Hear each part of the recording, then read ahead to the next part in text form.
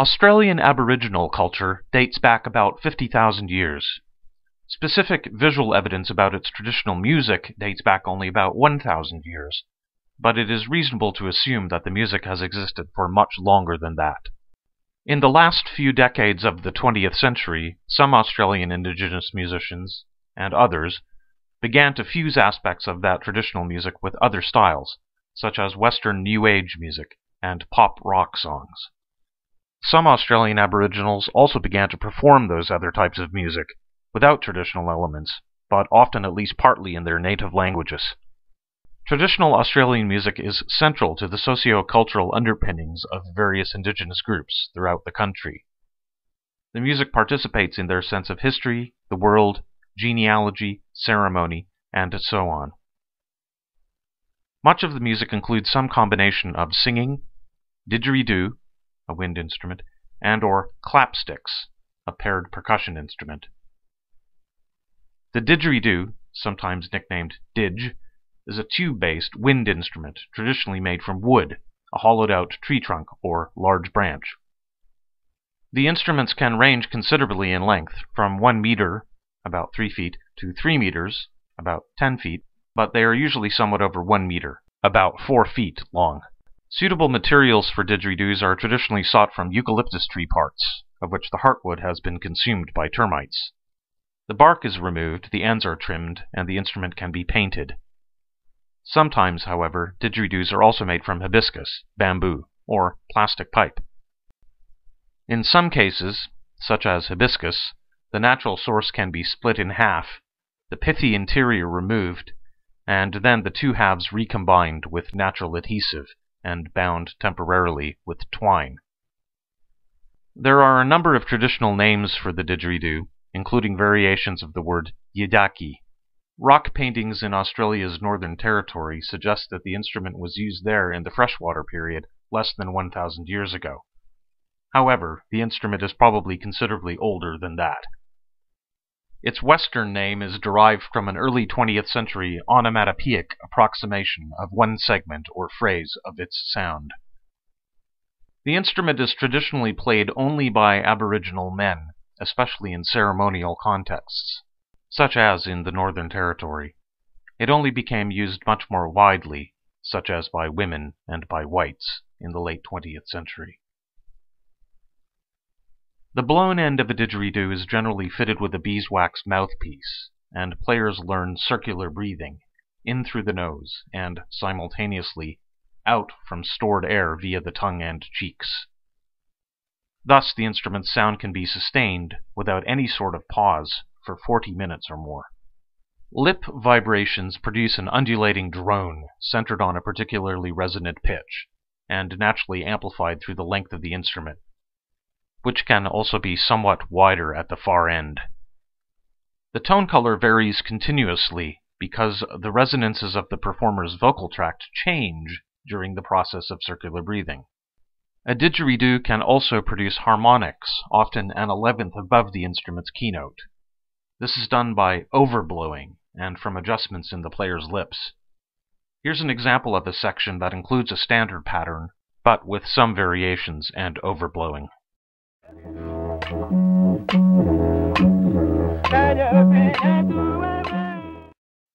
Australian Aboriginal music often also includes a pair of clapsticks, which are percussively struck against one another to provide a regular tempo. Some native groups call them bimli.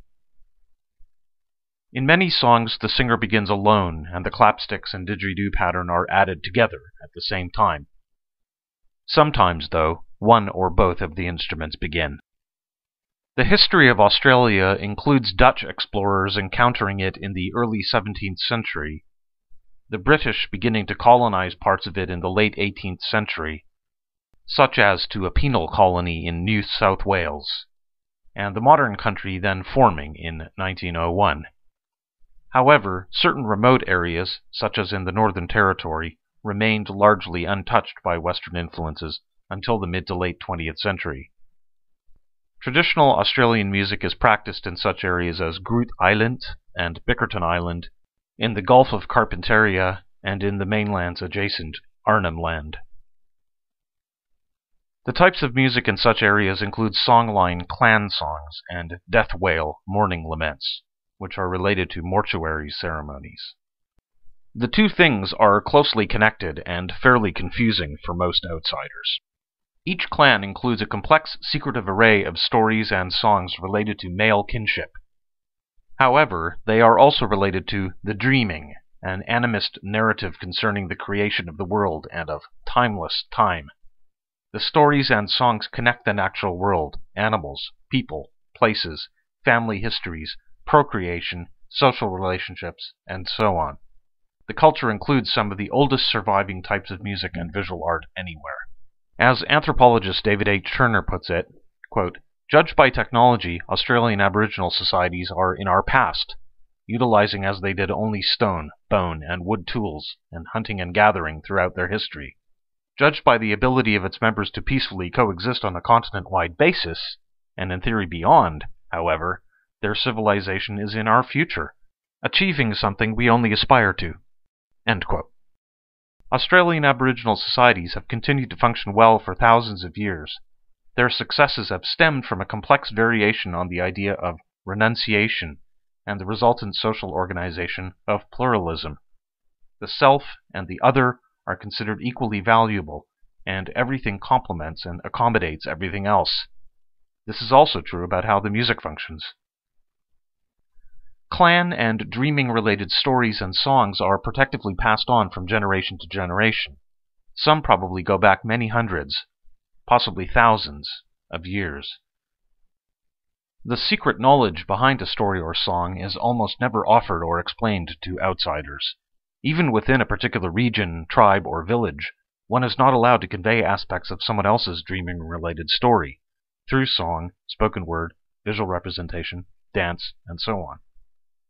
Such a transgression of dreaming songline property rights would compromise the connections to creation of everyone involved.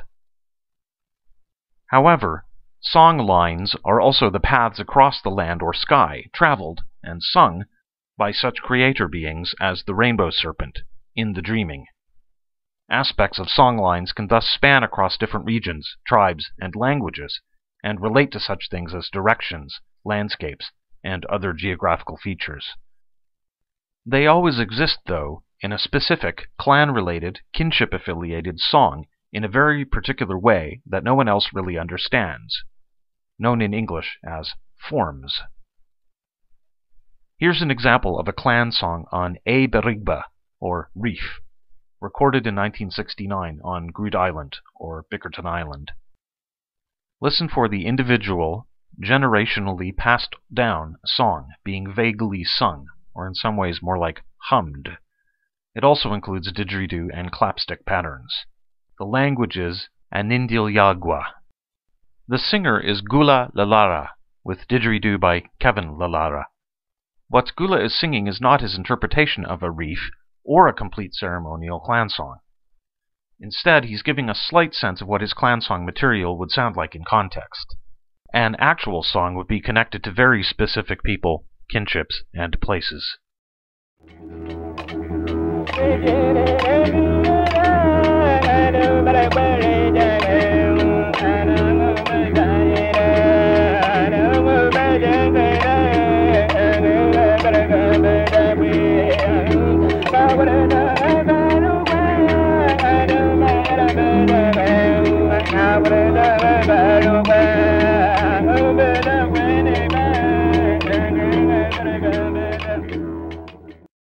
In the late 20th century, Australian Aboriginal music, especially the didgeridoo, began to represent the country's music and culture at large. A number of performers brought the music into fusion with Western music and culture. David Hudson is one native Australian didgeridoo performer who is noted for his collaborations with Western music and musicians. He worked on the music for the 2001 TV show Survivor, The Australian Outback, and then also with Greek-born contemporary instrumental musician Yanni. Here's an excerpt from a representative New Age-oriented Hudson piece from 2001, Talkative Didge.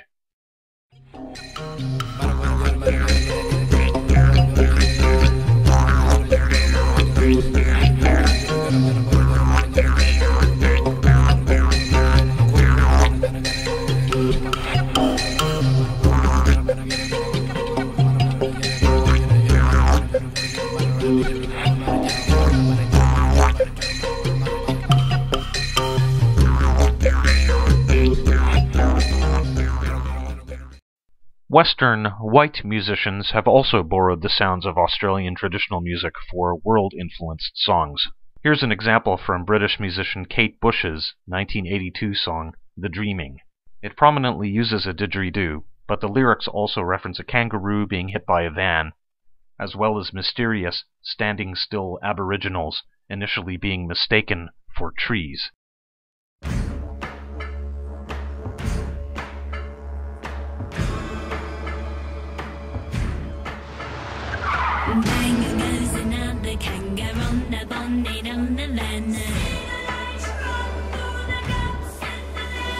Many an Aborigines mistaken for a tree, till you're near him on the motorway, the tree begin to breathe.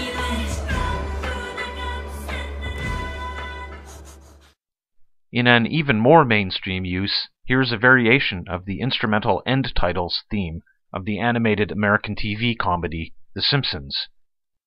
It also uses a didgeridoo and other instruments in a world fusion sort of context.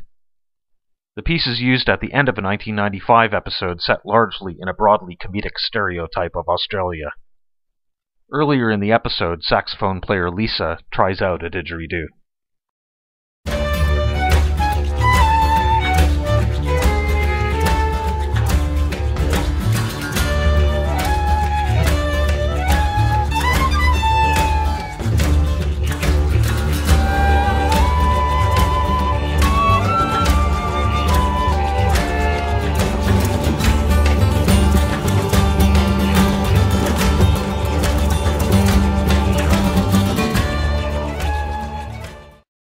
On the other side of the coin, Australian Aboriginal musicians have been influenced by Western popular music forms, especially rock, reggae, country, and rap.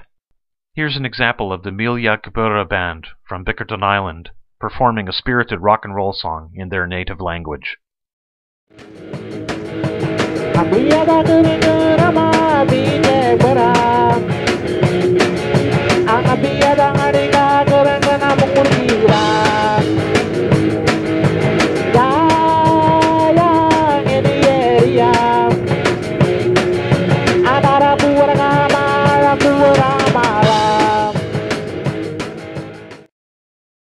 One of the best-known Australian popular music groups comprised mainly of Aboriginal members is Yothu Yindi, whose name means child and mother. The group's leader and guitarist is Manduwoy Yunupingu from the Northern Territories, Arnhem Land. Yunupingu was the first Aboriginal university graduate from that part of Australia, and he also worked as a high school assistant principal, then principal. Here's an excerpt from the group's 1991 political song, Treaty, which, despite the song's title and related sung title phrase, is often not in English. The song is partly in the language Gumatj, and somewhat based on reviving a 1930s song and dance that was performed until the 1970s, Jat Pangari. The song became best known in a Melbourne radio remix version by Filthy Lucre. The parts of the song that are in English criticize the Australian government for failing to honor its 1988 promise to enter into a treaty with Indigenous Australians by 1990.